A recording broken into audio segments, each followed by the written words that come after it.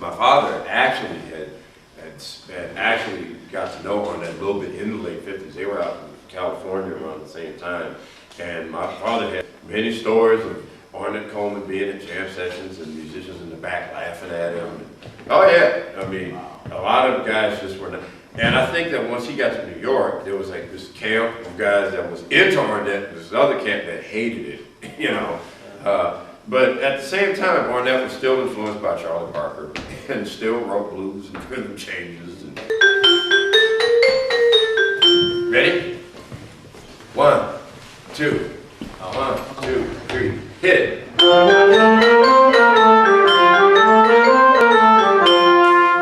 And now we'll play the second half of it, starting right here. What was your idea behind the opening? What was your idea? The rhythm, the hits, the chordal thing, the structure of it. What did you? What were your reference points? Well, like for that? Laurent Suta. Yeah. You know, right? Yeah. And that, it was just thinking like a nice little 2-beat kind of happy groove, right? Mm-hmm. And as far as the intro, one of my big influences, and actually Monty Alexander, his big influence is a guy named Ahmad Jamal. And that intro, that tag that we're doing is a classic Ahmad, thing. I mean, a lot of guys use it because it's just a really cool thing. You have these shout punches and then the drums goes, Yeah. And Andy probably could read it already, but our bass player and stuff. Maybe we could start bringing some of this simple stuff so that we can start communicating to our bandmates, even though we're not playing jazz. Maybe not all of this language, but some of this language. Well, that's the best way to learn, though, too. Yeah. So if you want to write a lead sheet, write some lead sheets. Yeah. You know what I mean? Like instead of copying, you've done X number of copying ones. Yeah. To start. Now I'll say, all right, I got this song up in my head. How is it going to look on paper?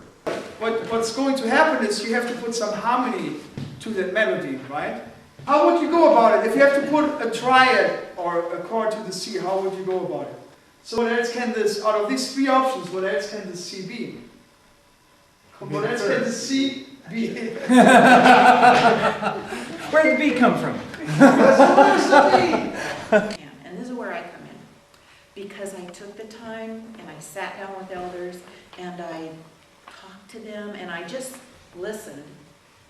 They gave me treasures and history and nuggets of information that I didn't know what to do with. I mean, they just fill their guts to me sometimes because there was nobody to give the information to.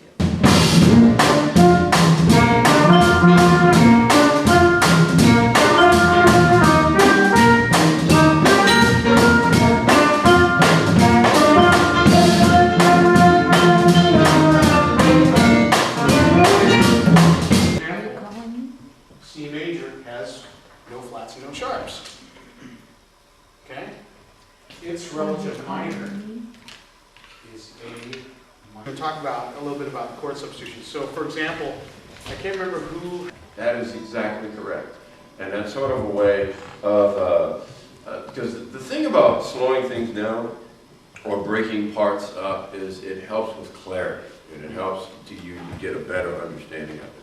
16th and 32nd notes and a couple 64th notes. But the entire movement actually takes like 10 minutes to play, but it only takes like 2 pages of manuscript. You follow what I'm saying? And the tempo being marked at like 40. So like, yeah, exactly. So there's demonstrated by me playing it and Christian actually pointing out on the fancily drawn wheel or circle of fifths or fourths, depending which one you call it. Okay? And we're going to use the wheel. As long as it's not called the fifth wheel. Okay, exactly. We can get it even more complex and jump to different parts of the wheel all over the place. We go.